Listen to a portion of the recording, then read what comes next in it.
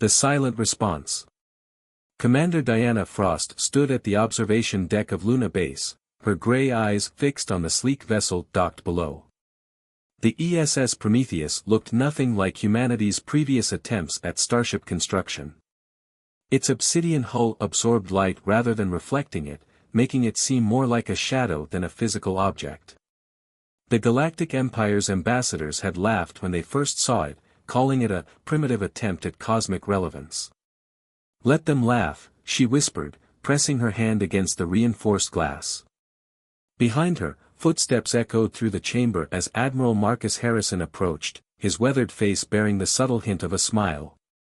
"The Empire's delegation just sent another message," Harrison said, standing beside her.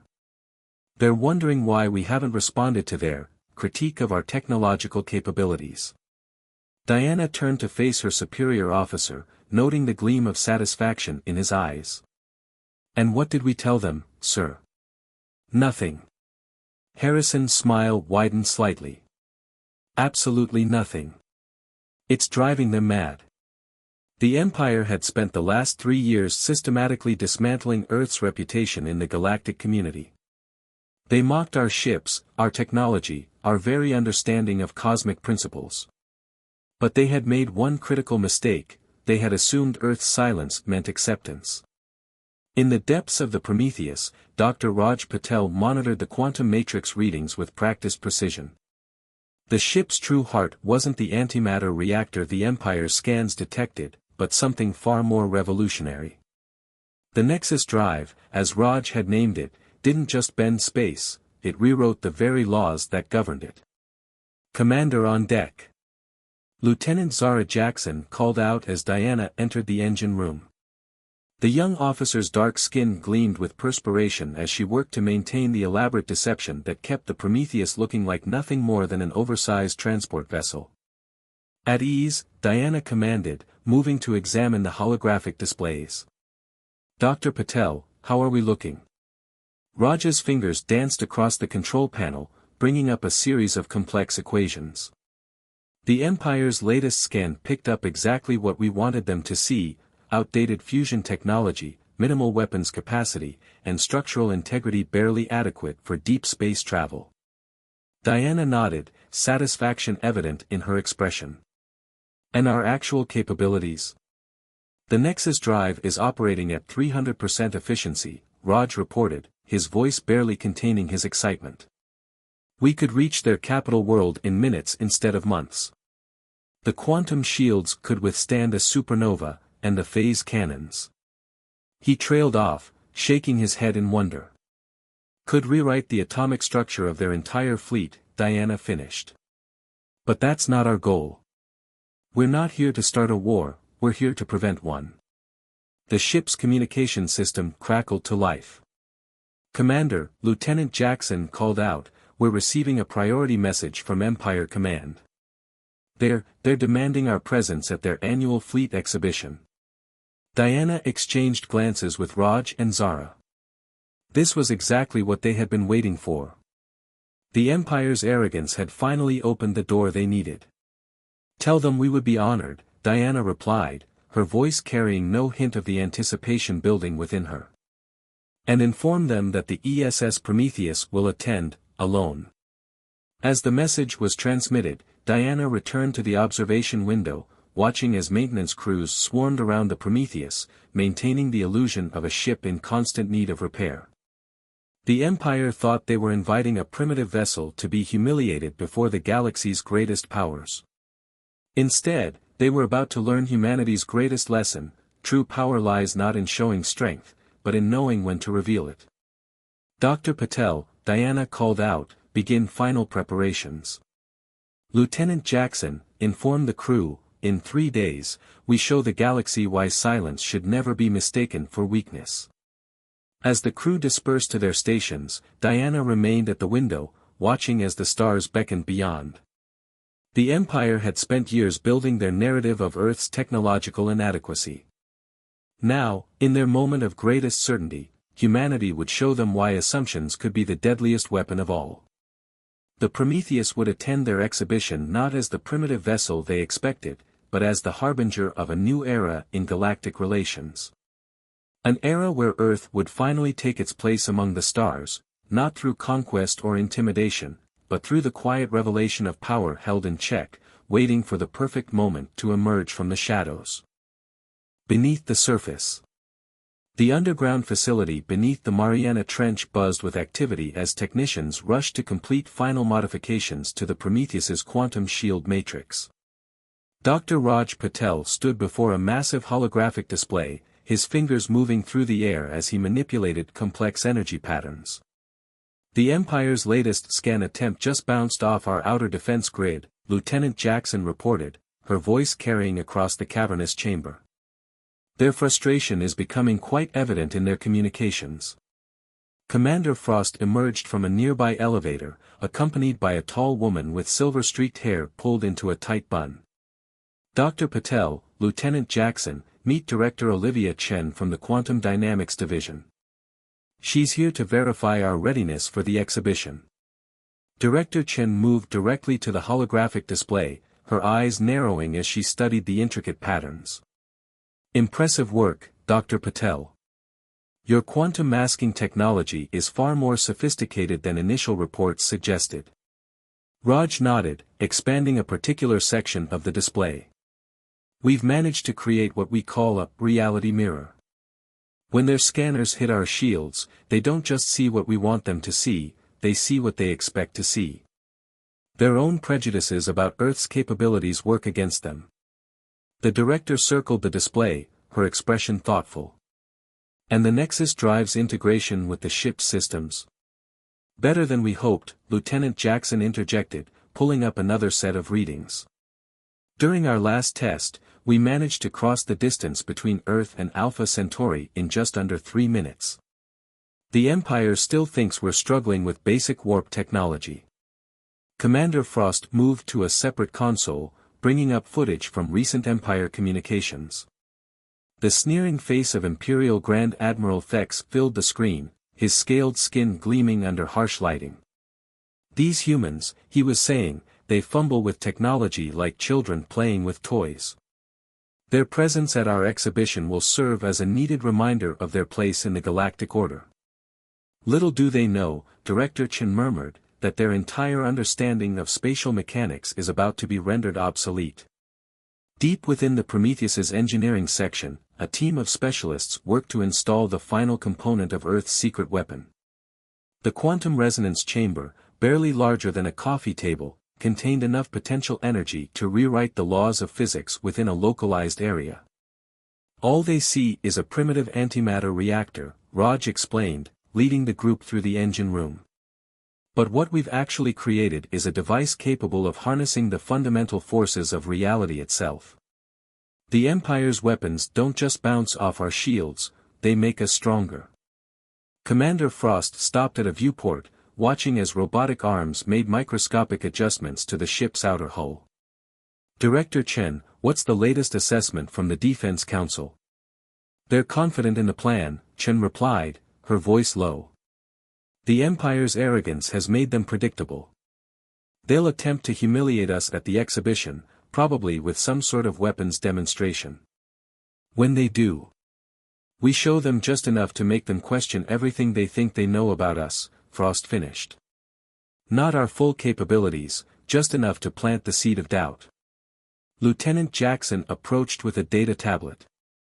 Commander, we're receiving the final details for the exhibition. The Empire is assigning the Imperial warship Dominion as our escort. Their captain, Vex Tor, is known for his particular disdain for Earth. A thin smile crossed Frost's face. Perfect. He'll be so busy looking down on us, he won't notice what's right in front of him.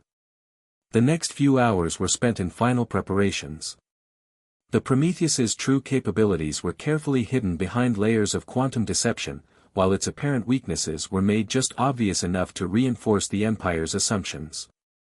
Remember, Commander Frost addressed her crew as they made ready for departure, our mission isn't to prove our superiority. It's to make them question their own. The moment they realize that Earth might be more than they thought, their entire power structure begins to crack. From the outside, the ESS Prometheus looked exactly like what the Empire expected, a clumsy attempt at matching advanced galactic technology.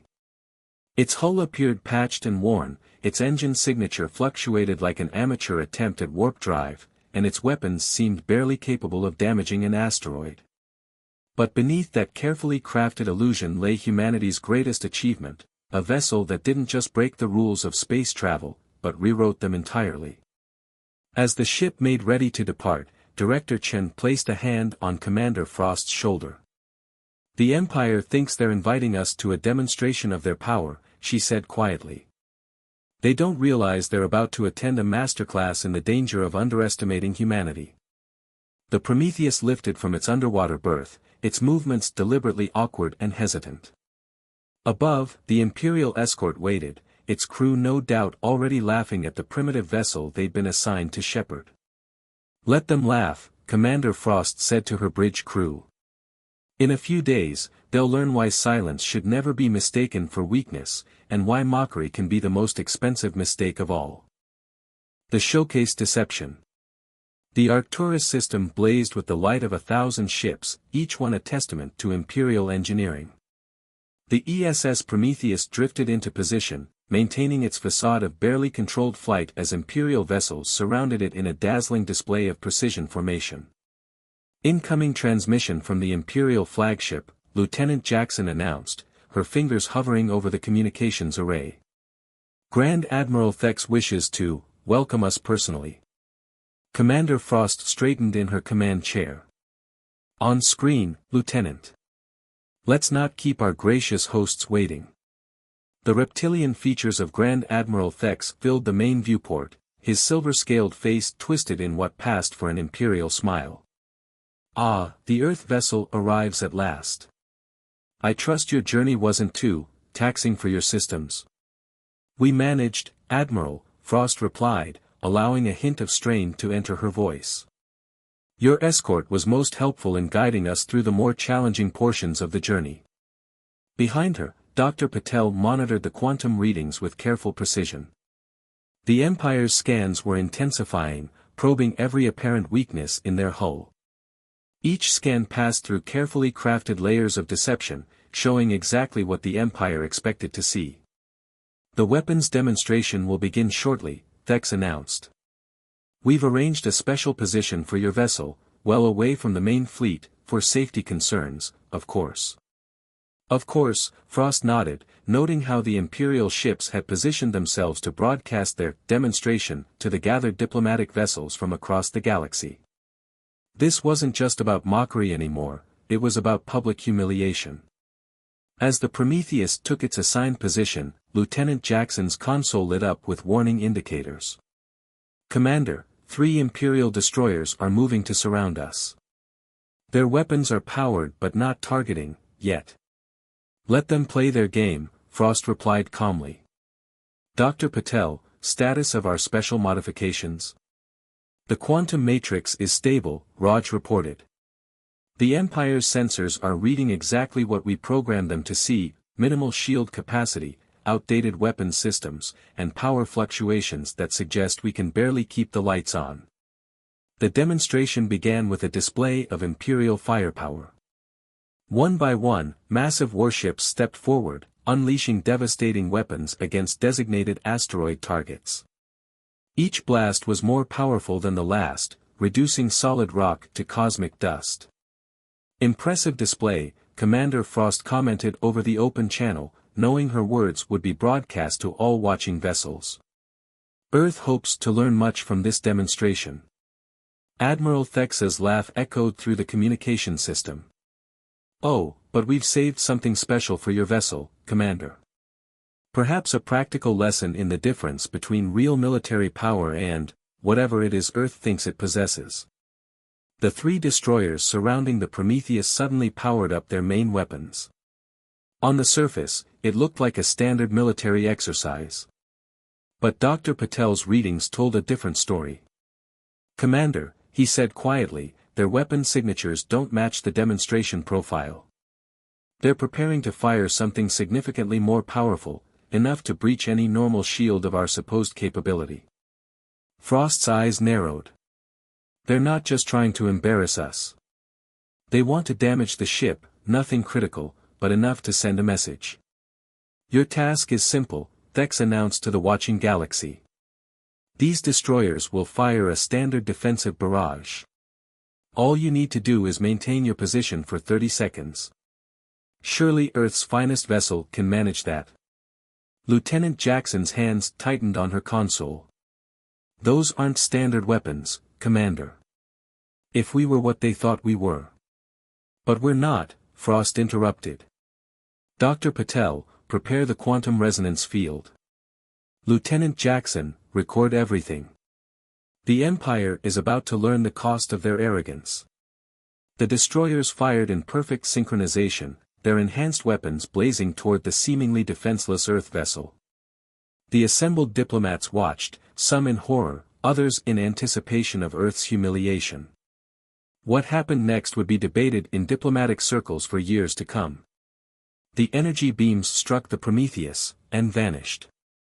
Not deflected, not absorbed in a flash of shield energy, but simply ceased to exist. For a moment, absolute silence filled every communication channel. Fascinating weapons design, Commander Frost's voice carried across the stunned silence. Would you like to see what happened to all that energy you just gave us? Before Admiral Thex could respond, the Prometheus's hull began to shimmer with a pale blue light. The energy readings from the ship suddenly spiked, not in the chaotic pattern of a vessel in distress, but in a controlled, deliberate wave that made every Imperial sensor in range go dark.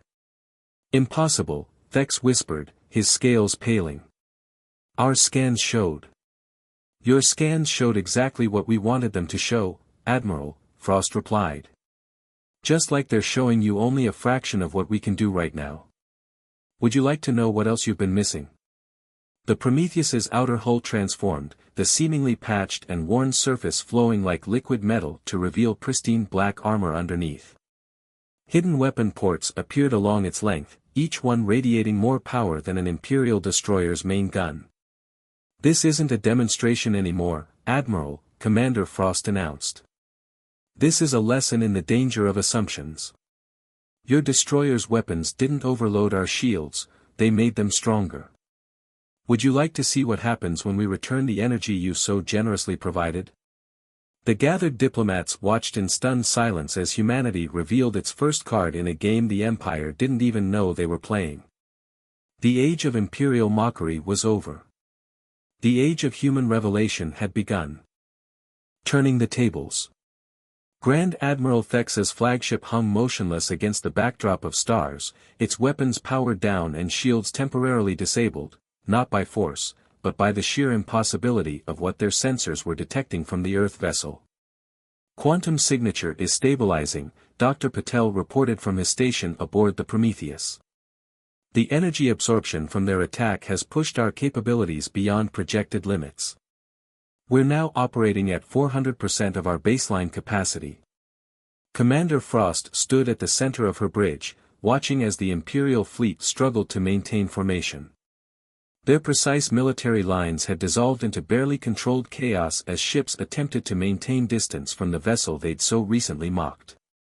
Commander, Lieutenant Jackson called out, we're receiving emergency transmissions from 17 different diplomatic vessels.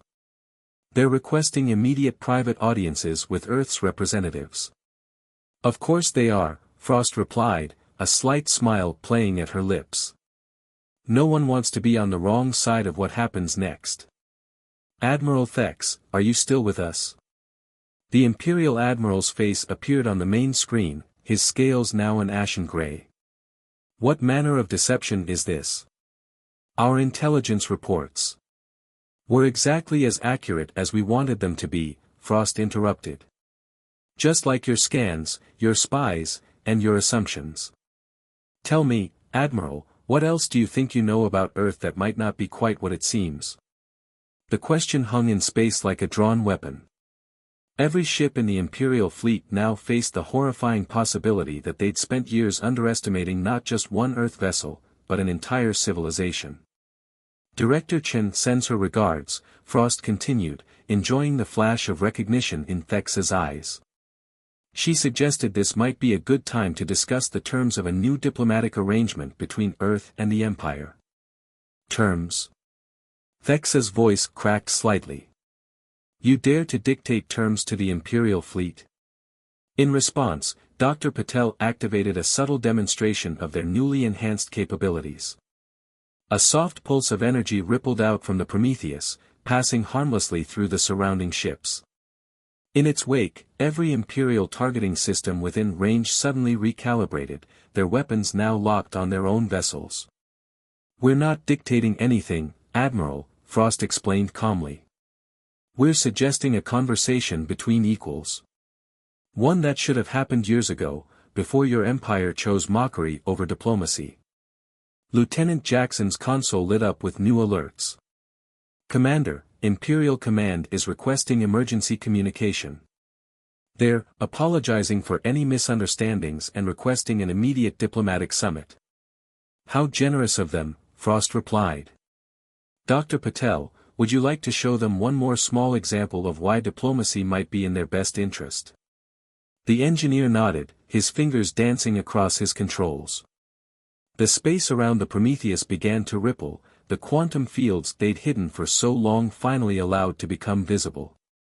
The effect was beautiful and terrifying, reality itself seemed to bend around the Earth vessel, suggesting capabilities that went far beyond simple weapons and shields. What you're seeing, Frost explained to the watching fleet, is just one application of what we call quantum manipulation technology. Your weapons didn't just fail to harm us, they helped us demonstrate how far behind your understanding of physics truly is. Admiral Thexa's face had lost all trace of its former arrogance. The Empire requests, no, the Empire formally invites Earth to send representatives to our capital world for full diplomatic recognition and technology exchange discussions. A generous offer, Frost nodded.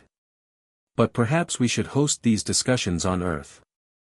After all, you've never seen our real shipyards, our actual defense capabilities, or any of our other vessels. The Prometheus is impressive, I admit, but it's hardly our most advanced ship. The lie, or perhaps the truth, sent visible shockwaves through the Imperial command structure. The mere possibility that Earth had an entire fleet of vessels more advanced than the Prometheus was exactly the kind of uncertainty they needed to cultivate. Lieutenant Jackson, please transmit our suggested diplomatic protocols to the Imperial flagship, Frost ordered. And remind them that Earth's policy going forward will be one of proportional response. Their respect will be met with respect. Any other approach? She let the sentence hang unfinished. As the Imperial fleet struggled to process this dramatic shift in the galaxy's power structure, Commander Frost returned to her chair, allowing herself a moment of satisfaction. Earth hadn't just survived the Empire's attempted humiliation, they had turned it into the perfect opportunity to rewrite the rules of galactic politics. Dr. Patel, she called out, begin powering down the quantum field display. Let's not give away all our secrets at once. After all. She smiled at the image of the still-stunned Admiral Thex. The best demonstrations are the ones that leave your audience wondering what else you might be capable of. The Prometheus's exterior shifted again, its true capabilities once more hidden beneath layers of quantum deception. But now that deception served a different purpose, not to appear weak, but to keep their true strength unclear. In the game of galactic politics, uncertainty could be an even more powerful weapon than raw force. A new dawn. 1 month after the Arcturus demonstration, the Grand Assembly Hall of Earth's diplomatic center in Geneva hummed with anticipation. Representatives from every major galactic power had gathered to witness the formal signing of what journalists were already calling the Revelation Accords. Commander Frost stood at a window overlooking Lake Geneva, watching as diplomatic vessels from across the galaxy descended through Earth's atmosphere. Each ship was escorted by what appeared to be standard Earth defense craft, though now every visiting dignitary wondered what hidden capabilities those escorts might possess. Quite a change from our last diplomatic gathering, Director Chen observed, joining Frost at the window. Amazing what a little demonstration can accomplish. The demonstration wasn't the key, Frost replied. It was the uncertainty that followed. Every empire and federation out there is now questioning everything they thought they knew about Earth's capabilities. Dr. Patel approached, tablet in hand, his usual focused expression replaced by quiet satisfaction. The Imperial delegation just finished their final security scan of the building. They found exactly what we wanted them to find. More quantum shadows? Chen asked. Better, Patel smiled. They found evidence of technology they can almost understand, but not quite. It's driving their scientists mad trying to figure out how we've achieved what they thought was impossible. Lieutenant Jackson joined them, her formal diplomatic uniform a change from her usual bridge attire. The Imperial delegation is ready to begin, Commander. Grand Admiral Thex specifically requested that you be present for the signing. Of course he did, Frost nodded. He wants to watch my face, trying to guess what other secrets we might be keeping. She turned to her companions. Shall we? The main assembly hall had been transformed. Where once Earth's representatives had been relegated to the outer rings, now they occupied the central positions. The Imperial delegation, led by a notably humbled Admiral Thex, sat as equals rather than superiors. Before we begin, Thex announced, his voice carrying across the chamber, the Empire wishes to formally acknowledge Earth's position as a full partner in galactic affairs. Our previous assessments of Earth's capabilities were clearly in error. Commander Frost rose to address the gathering. The past is behind us, Admiral. What matters now is how we move forward. Earth has demonstrated not just technological advancement, but the wisdom to use it judiciously. We could have revealed our capabilities at any time, but we chose to wait for the right moment, not to humiliate, but to educate. The signing ceremony proceeded with the weight of history behind it. Each provision of the accords established new protocols for technological exchange, military cooperation, and diplomatic relations.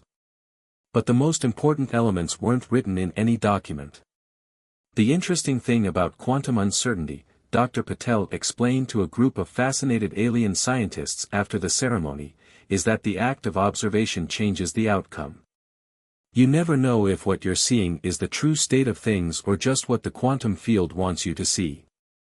His audience nodded, not fully grasping the subtle message. Earth's demonstrated technology might be just the surface of their true capabilities. The uncertainty was the point. Later, in a private meeting room overlooking the lake, Commander Frost sat with Director Chen and Admiral Thex. The Imperial leader had requested this private audience, though he seemed uncertain how to begin. Your quantum manipulation technology, he finally said. The Prometheus's capabilities, are there more ships like it?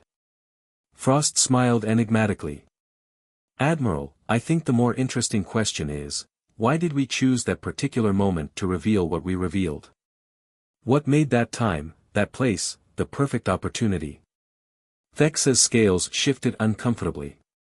You're suggesting there was more to your plan than just responding to our challenge? There's always more, Admiral. That's the lesson Earth hoped to teach. In focusing so much on what you thought you knew about us, you forgot to consider what you didn't know. It's a mistake I hope no one will repeat. As the day drew to a close, Commander Frost returned to the Prometheus, now docked openly at Geneva's main spaceport. Lieutenant Jackson and Dr. Patel accompanied her, each lost in their own thoughts about the historic changes they had helped create. You know, Jackson said, looking at their ship, I almost miss when they thought we were just a primitive vessel barely worth noticing.